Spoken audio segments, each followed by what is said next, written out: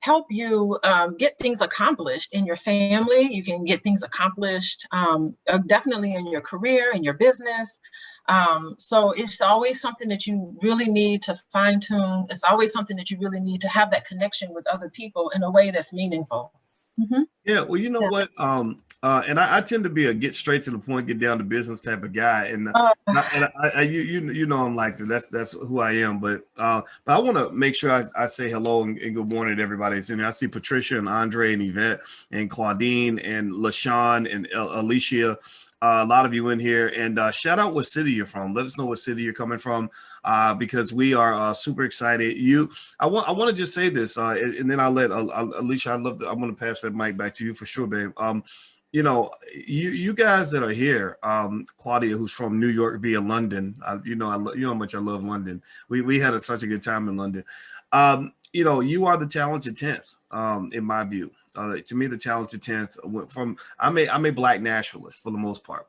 Black nationalist to me means that I believe in family. I believe in institutions. I believe in educating our own, creating our own jobs. I believe in building Black wealth. That's what I believe. And so in my view, my very admittedly biased perspective, you guys are the talented 10th. You're the ones who are doing the work to build for the next generation. You are the ones who are breaking cycles that have been in your family for 50 years. You are the ones who are taking the time to become educated. Y'all the Black people that got up at 8, 9 in the morning to become better people, man. I mean, you can't lose with that strategy. You cannot lose. So I want to make sure that in a world where you constantly are hearing you can't win like Michael Jackson. I know Alicia loves Michael Jackson and that's and because Michael Jackson's from her hometown. In a world where everybody's telling you can't win, you are winning. I say you can't lose with that strategy. So babe, what are your thoughts on that? Yeah, I mean, it really takes you to have the ability to look at areas where you think you can win. I think that you have to try to decide what is it you want to do in your life. I mean, people who get up at 8 o'clock in the morning to say, you know what, Black love is important. I'm tired of all this hate on the internet. And we'll talk about that probably later on today and definitely tomorrow. There's a lot of Black hate. And I think now it's time to balance that out and start talking about Black love instead and have a blueprint and a layout. I think that this weekend is going to set the tone for the rest of us for the rest of the year, and how you can incorporate. You'll be getting information and you will be getting strategies on how you can incorporate some of these things into your life, because it starts with your own home. And you're right, it doesn't take everybody. It's like the talented 10th. It doesn't take 100% of us to really make an impact and make a difference. You set the tone. You can be someone that people can look up to and want to emulate. So it doesn't take all of us. The people who are here, there's 200 and some odd people right now, and probably others tuning in. We are the one that's going to lead this Black love. So I love it. Yeah. Yeah. I think I like how you were saying, babe, that Black hate is kind of popular. That's sort of being mad at ourselves and disliking each other and criticizing each other. Sometimes that becomes the dominant language. Now, I believe in accountability. I think that there is a room for solid critiques, but it seems to me that sometimes we get to the point where we engage in this overkill of saying, this is why I don't deal with Black men. This is why I don't deal with Black women. This is why I don't deal with Black businesses. It's all connected. It all comes back to self-hate. And the opposite of self-hate, obviously, is self-love. And if you, because at the end of the day, if you hate yourself, then you can't really love other people. You can't. I don't see how you can connect productively with another person if I hate you because you're like me or you're like my mother. Right? You see that a lot. You see a lot of men who are mad at their mama and it comes out in their relationships, or you have women who hate their father and it comes out in the way they interact with men. And so I would encourage you to hear from the experts this weekend, because the experts will allow you to get scientifically proven techniques to manage your relationships in your life. Everything from picking the right person to be with. A lot of us go wrong in relationships just because we picked the wrong person to begin with. It's like you're playing the perfect game of basketball with somebody who does not know how to be a basketball player. That ain't gonna work.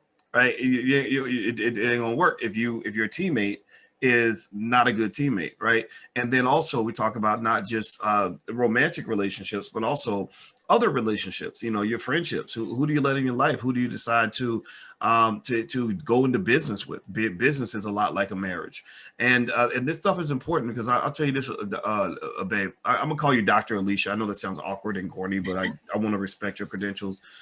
You know, but yesterday I had a sister on, Kim Lewis. That was her name. She's the CEO and founder of Curl Mix. And Kim Lewis is interesting because Kim Lewis, Lamar Tyler forwarded me her information. Kim and her husband, who live in Chicago, basically they had a hair care business and they were making about 36 grand a year. And she was going to give up and go back to corporate. And then she got up to a little over 100,000, but that's not enough when you got all the expenses and everything else, right? It wasn't like she was making 140K in profit. It's like probably losing money or close to it, even though the revenue was 140. And she went and her and her husband made an intentional effort to do what people in this room are doing right now, which was to go and learn the skill set they needed in order to get better in their business. And guess what? They went from the next year. I'm not making this up. Go watch the video, y'all. It's amazing. They went from 36K. That year they had a really bad year. They made 36K in revenue. The next year they made $1 million. $1 million. And then check this out. When she finally came on my podcast a couple years later, she made $6 million that year. And also she and her husband, Kim and Tim, that's their names. Their names even rhyme. It's the cutest thing ever, right? And then she went and raised $2 million. Both of them together went and raised $2 million in 2 days on WeFunder. $2 million and that's $1 million a day. And Elon Musk, you know, people like at that level make $1 million a day. That's a lot of money. And then here's the other kicker that's crazy. I don't even think her and her husband are 30 yet. You know, and why do I tell this story about Kim Lewis? This early 30s woman and her amazing husband and their 2 kids, and how they're now making $6 million a year. Is I asked Kim, I said, how difficult would it have been for you to have done all this if you'd had a bad relationship with your husband? You know, or if instead of your husband, he was your baby daddy, and you had drama like a lot of other people have. And she said it would have been impossible. She said we never would have gotten anything off the ground. And I want you to take a moment. You guys are smart, so I want you to use your imagination and reflect with me for a moment. Think about how many $1 million, $1 billion possibilities have been killed because of baby mama, baby daddy drama. Think about how many situations. I mean, you know, we just watched a great rapper, DMX, you know, and what happened with him. And everybody knew it. It's an open secret in terms of his decline over time. And I read DMX's bio going all the way back to the day he was born. And it started with a bad relationship. His father did not want him to be born. His father wanted his mother to abort him. So his father abandoned him before birth. So there was no stable family, lots of abuse, lots of trauma. 40 years later, 50 years later, you get this. So I want you to kind of connect the dots on this. You know, love is everything. You know, the way you love yourselves and love each other is so important. So Dr. Alicia, I'm going to zip it up now, and I'd like for you to get your response on everything I just laid out. Yeah, I think that, you know, even if you are in a relationship and it's less than ideal, you know, even if you have like bad baby mama drama and all of those things, it's not the end of the world. Like, you can actually learn from those relationships. It's, you know, don't sit and think, oh God, I ruined my life because I wasted 5 years with this person and I should have moved on. You know, I'm of the belief that you are with somebody to learn a certain lesson. And once that lesson is learned, not all relationships need to carry on through the end of time. Sometimes there's a time limit on it, and the time's up. Thank you so much. I've learned my lesson. I'm going to be better at it. So, you know, don't beat yourself up if you have baby mama drama or if you have issues with your exes. I just think that is a great learning opportunity so that you can become better in the next relationship. I also think that, gosh, that couple, like, how inspiring is that, boys? Like, I think like this couple who was starting a business and it was a little rocky, that could have been a perfect opportunity for the partners to turn to each other and start blaming each other and start criticizing each other and start like really taking out their frustrations on each other. But it sounds like this particular couple is stronger now than they were because they had this challenge, it seems like now that they learned how to solve this problem peacefully. Because if they were fighting and arguing and throwing things at each other and breaking up, that business would have dissolved. They would have lost potential money. Like, I think, like, for the biggest takeaway for me really is just that if there's a problem between me and you, it shouldn't be between me and you. It should be me and you, boys. We're working together to solve the problem. The problem is the enemy, not you. And so to me, that's a big takeaway. Good grief, $1 million. Like, that would be, that's just awesome. Yeah. Yeah. It's I'll tell you what, I learned a long time ago about the importance of really being thoughtful about who you let into your life, because I saw a lot of people with a lot of potential lose that potential because of a bad relationship. I've seen people get killed in their relationships. And I'm talking about people who, were high-flying professionals, just killing the game. And that's the myth, that the lie that they give you in society is they make you think that if you got everything going on over here, that you ain't got to worry about what's happening over there. And they actually say when they measure quality of life, they say quality of life comes down to 3 key things: health, wealth, and relationships. So if you're thinking about wealth, I talk about wealth all the time, but what I learned was that a holistic approach to all of that is very important.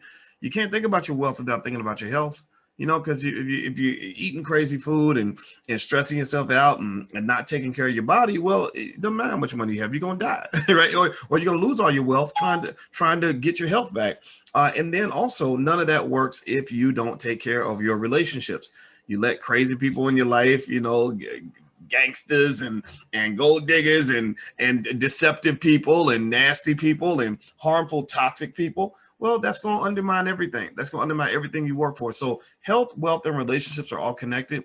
Your relationships will affect your health. I'm sure Dr. Alicia can tell you numerous. She really, when I tell y'all that she sits around reading articles all day long about every aspect of love. She really does. Like, she literally was like, boys, I read 30 articles on Black relationships. Like, she said this yesterday when we were running, again, trying to take care of our health. And we were talking about this conference, and literally she read 30 articles on Black love and relationships just to get ready for this event. So babe, what are your thoughts, just on what I laid out just now? And actually, before I ask you that question, do me a favor, everybody in the chat, type hashtag Black Love. That's going to be our hashtag for the weekend. Black love reigns supreme. Black love is the key to the universe, because we all know that humanity came from a Black woman. So everybody type hashtag Black Love in the chat so that we can all be on the same frequency. So babe, what are your thoughts on what I just said? Yeah, I mean, it's all related, how your finances, how well you are health in terms of your mental health and your physical health, all of that is related. And it definitely has a relationship with your how you interact with other people. And I think, like, particularly for men, because men feel like they need to be a provider, and they don't feel like they're worthy of a relationship if they can't provide. And so sometimes they can isolate themselves and not even approach a woman, or not even feel like they're worthy of being married if they don't have their finances together. So, and if you're in a relationship and things are going well and you hit a rough spot, and your finances isn't looking the way it's supposed to look, it's very important to come together and talk about those feelings related to that, and to say, you know what, honey, even though we're hitting a rough spot, you still the man.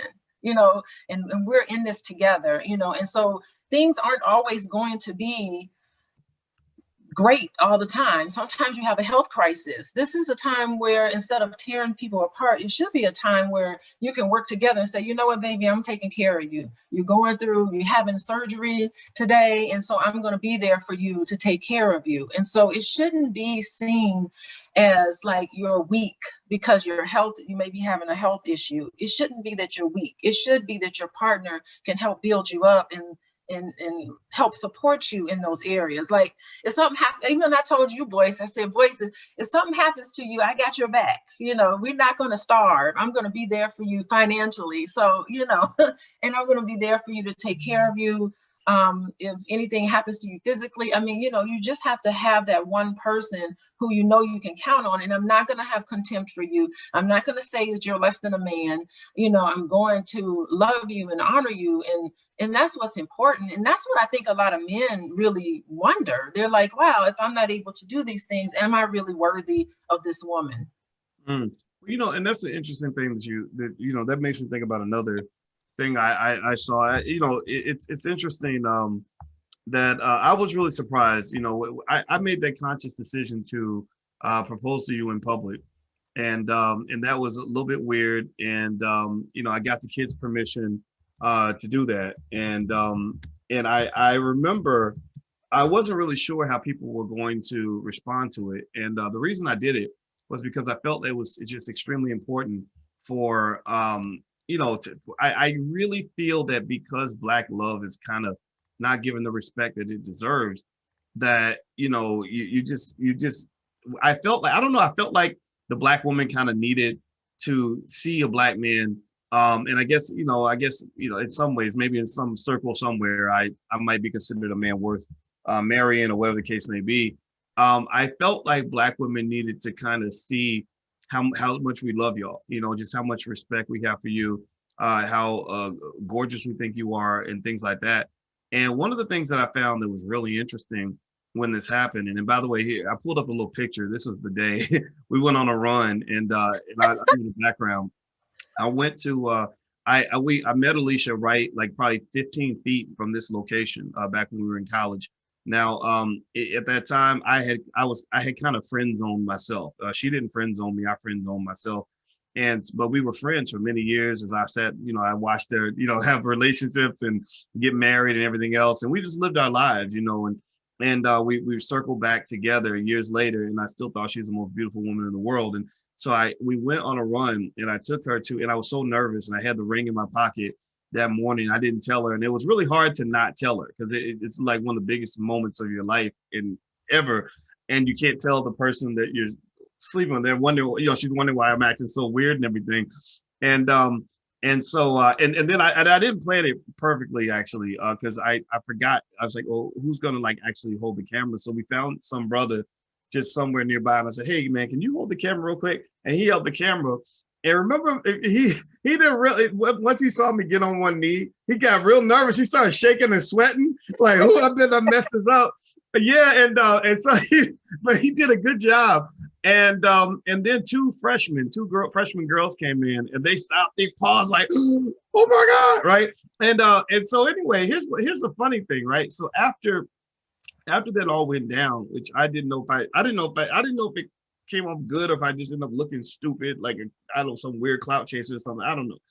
But I saw just a mixed reaction, right? Most of the overwhelming reaction, particularly from women, was very, very favorable, very, very positive. A lot of brothers, real men, were just like, "Congratulations, brother! This is amazing." You know, but then I saw like a little pockets. I saw a couple of men that were like, you know, like, "Why are you simping?" Or, you know, like that, like they're simping. And I still get that to this day. This morning, a guy comes in and said, "Dr. Boyce, you know, I like you, but you always simping." And I just told him, I said, look, I said, when you become a real man, you'll learn, like, you know, which women are worth simping over and which women are not. And hopefully you'll find a woman that you will simp over too. But I really thought it was really fascinating to hear men, you know, certain men, not all men, a small percentage of men, really feel that expressing vulnerability and true love to a Black woman is somehow weak or sad or pathetic. And I kind of see it definitely in the opposite direction, in the sense that, and maybe I'd love to get your thoughts on this, babe, but a lot of times when you play that hardcore role, like I'm the gangster, I'm the tough guy, really what you're doing is you're protecting like a soft, gushy middle where you don't want anybody in there because you can't handle it. You know, maybe you went through something with your mama, or you went through something with an ex-girlfriend, you know, maybe your baby's mama done took away the kids or whatever, and you've been hurt by that. So you play this role almost like and hip hop unfortunately facilitates that, the gangster pimp role, like I'm gonna pimp these women and all this other stuff. And I think that leads down the path to nowhere. What are your thoughts on just all that and the whole experience? I'm not even gonna ask you a question. I'm sure you got a lot of thoughts. Go ahead, babe. Yeah, I mean, you talked about quite a bit, and I think the misogynistic sort of stance is really dangerous to women. I have talked to women who who are married or in a relationship with men who think that way, and they are miserable. They are miserable. The whole household is miserable, and those relationships don't tend to last very long. So I feel really sorry for people who, on some level, feel like if they call you simping, I think they themselves feel inadequate, and they themselves don't feel like they can. That they have what it takes to find that kind of love themselves. I also think that I'll tell you a story. One time, the glorification of hip hop, when I was a senior in college in Indiana, my friend and I, we flew to Las Vegas, and I was like, oh wow, Tupac was alive back then. And it was and so I went to a what was called a Tupac party, and you know how I am, boys, like, come on, what was I doing? But I got sucked into that, that misogynistic sort of view. I said, well, let's just go to this party. And I went to that party in Las Vegas. It was during the Tyson fight. And I went in there, and it was just hip hop culture. It was just a lot of people, a lot of women were there in scantily dressed clothes. And there was an element in there that was so completely misogynistic that I felt frightened. And I paid $20, and my last $20 I paid to get into this club. And I got in there and I walked around, and what I saw made me frightened. Like, I felt like somebody's gonna rape me in here if I stay in this room. Like, it felt really scary. And that was the very first time that I really started realizing how damaging hip hop and some of those, not all, but some of those images and some of that sort of lifestyle, that misogynistic sort of attitude toward women, where I saw it actually played out. Like, there were women in there, and they were there for a certain reason. Like, it was well known, and the music and everything, and the alcohol and the drinking. I just realized, okay, I need to take my little sheltered butt somewhere else. And I begged the bouncer in the front. I said, can you please give me my money back? Because me and my friend, we just spent our last $20 in this, and we need our money back, And so I really, like, once I got in contact with that sort of element, then I started realizing how damaging that is in real life. So it's like glorified, and it's something that we're supposed to look up to. But once you're in it, you start realizing that this is pretty dangerous. I felt I was in danger, and I got out of that club. So yeah, I mean, that contempt toward Black women is something that you see a lot. And and it's the Black woman that actually holds the family together. Anybody in the household who has an issue or has a problem, it's usually the Black mom, the mama, that's taking on everybody's issues and taking on everybody's problems. And we internalize a lot of that. And so it's something, you're right, it's something where we really need to respect and honor the Black woman and the Black man. I mean, both are very important for families. Mm-hmm. Yeah, I think that's such a great point. And I will also say this, just my thoughts, my OG advice to any brothers listening is when you talk about what some of the culture, I mean, I love hip hop, I know rappers, and I have my favorites, and and it's a guilty pleasure sometimes, but I can tell you that the toxic side of that culture, when you start really analyzing and breaking down exactly what was stated in the lyrics, use as many drugs as possible, drink as much as possible, give all your money away as much as possible, have sex with as many women as possible, go kill as many Black people as possible. It's like a blueprint for self-destruction. It's not just destructive and harmful to the women, but the men feel a lot of that as well. I mean, it comes to a negative end. A lot of these guys die young because they've been living in a certain space, a certain lifestyle. And I think it's very important as a community. Again, I'm talking to intelligent Black people here. I can't really talk to the masses because the masses ain't ready for it yet. But when you talk about administering the real vaccine, I think that we need to vaccinate ourselves from some of that toxicity, that genocidal white supremacist culture that is designed to ensure that you don't reproduce, designed to ensure that your children don't have a chance, designed to ensure that your families fall apart, designed to ensure that you always remain at the bottom of the barrel. So we're not doing that. We're not here to feel sorry for ourselves. We are here to solve problems. And so, babe, if it's okay with you, I can go ahead and introduce the panelists that are coming in. Is that all right with you? Oh yeah, go ahead. I'm excited. I'm going to be listening and taking notes. Yeah, I'm excited too, and I want everybody to know we are streaming on the YouTube channel right now, but the stream will end. The stream will end very, very soon. So if you want to come into the event, just go to TheBlackLoveWeekend.com, TheBlackLoveWeekend.com, and you can excuse me, you can register, come on in. It's totally free, and you can hang out with us. But we are going to end the stream in the next couple of minutes. So I just want everybody on listening online to know that, and that's what that's what's gonna happen. All right. So Hassani and Danielle Pettiford, they are the co-founders of Couples Academy, and which the Couples Academy. First of all, the Pettifords, I've heard about them. I have a lot of respect for them. They are super smart Black people, and I'm just a believer that, hey, if you want to learn how to have a good relationship, why not learn from people who have good relationships? You know, there's a lot of little gurus running around who got, who's got a whole trail of mess behind them, but basically making money by giving you advice that came out of their butt as opposed to coming out of a book. So that's just real. Let's just keep it 100. They're making things up, and it sounds good, and we go along with it. But you need to hear from experts. And so the Pettifords are two people that are in this game. They have the track record. They got the cred. I'm sure that if they're like Alicia and I on any level, I'm sure they're not perfect. So we're not here to put anybody on a perfection platform. In fact, it's the imperfections that allow you to learn the most. And so I'm going to read a little bit more. They run the Couples Academy is a private practice committed to placing couples on the path to fulfillment. Hassani is an infidelity recovery specialist. That's an that's an IRS. So the IRS, Infidelity Recovery Specialist, who specializes in affair recovery and divorce prevention. Danielle is a marriage and life coach who specializes in is that Enneagram? Is that right, Taryn? Enneagram. Okay, so Mrs. Pettiford, I'm gonna ask you. That's gonna be the first question. Can you please tell us what that word is? Personality pairing and hypnotherapy. Wow, that's deep. Okay, so without further ado, I'm going to welcome the Pettifords in. Everybody give them a digital welcome. And I'm just going to stay long enough to learn what that ENNEAGRAM word is. And then they're going to actually conduct the next panel. So the Pettifords, Mr. and Mrs. Pettiford, how are you today?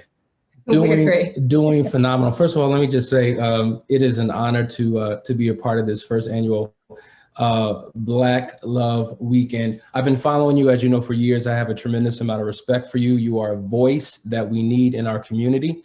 I wish there were 10 more thousand of you to go around, but we're glad that we have you. My wife and I have been married for going on 19 years in October. And as mentioned, Couples Academy is our private practice. I am an infidelity recovery specialist. I'm sure people know what that is, but Danielle, feel free to explain what an Enneagram specialist is. Yeah, well, Enneagram is something that you're going to probably hear a lot more about, but it is a personality typing system. It's very, very old. It's based on 9 personality types, and we use it in our practice to really just help couples understand not just what they're doing, because a lot of times we're offended by what we do to each other, but more so why we do what we do. And when we understand that, it really just helps us to have some empathy about our spouse, because they were created a certain kind of way. And I need to understand who I'm married to and why they do what they do. Wow. Well, I love it. I cannot wait. And so I'm going to do my job, which is to shut up and exit the building and allow you all to take over. And we'll be in the background. If you need anything, you just yell and we'll just drop in like an angel from heaven and kind of help you out, get whatever it is. So the floor belongs to the Pettifords. Thank you all for joining us. And babe, I guess we exit out and we'll be back a little bit later, right? Okay. All right. See you soon.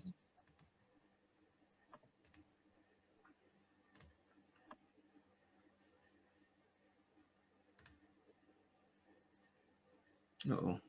Give us one. All right, there we go. First of all, I just want to welcome every individual, every couple who is logging in from around the world. This is the perfect weekend that you could be a part of to really gain some critical insight on what it takes to have a successful, healthy relationship. And so this morning, we're going to start off with a phenomenal panel, and that is how to know if a person is the right partner for you. And it's always an honor to be able to have a panelist that you tremendously respect, has a lot of information to share. And we're just going to jump right in. We want to do some brief introductions to let you know who we have on the panel, and then we're going to open it up into a phenomenal conversation. So first we have Dr. George James, who is a licensed marriage and family therapist. I'm going to read his bio here. It says, Dr. George James counsels people on how to overcome everyday relational struggles so that they can build successful connections in love, family, and career. With a practical approach to relationships and life, Dr. James helps bring success within reach of those that he influences. He works extensively with professional athletes, entertainers, adult men and women, executives, couples, and young adult men on various issues, including adulting. Would love to talk more about that.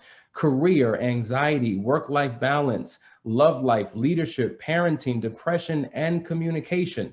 Dr. James is the Chief Innovation Officer, the Senior Staff Therapist at AAMFT approved supervisor at Council for Relations. In addition, he is the Assistant Professor for the Couples and Family Therapy Program at Thomas Jefferson University. Good morning, Dr. James. How are you, sir?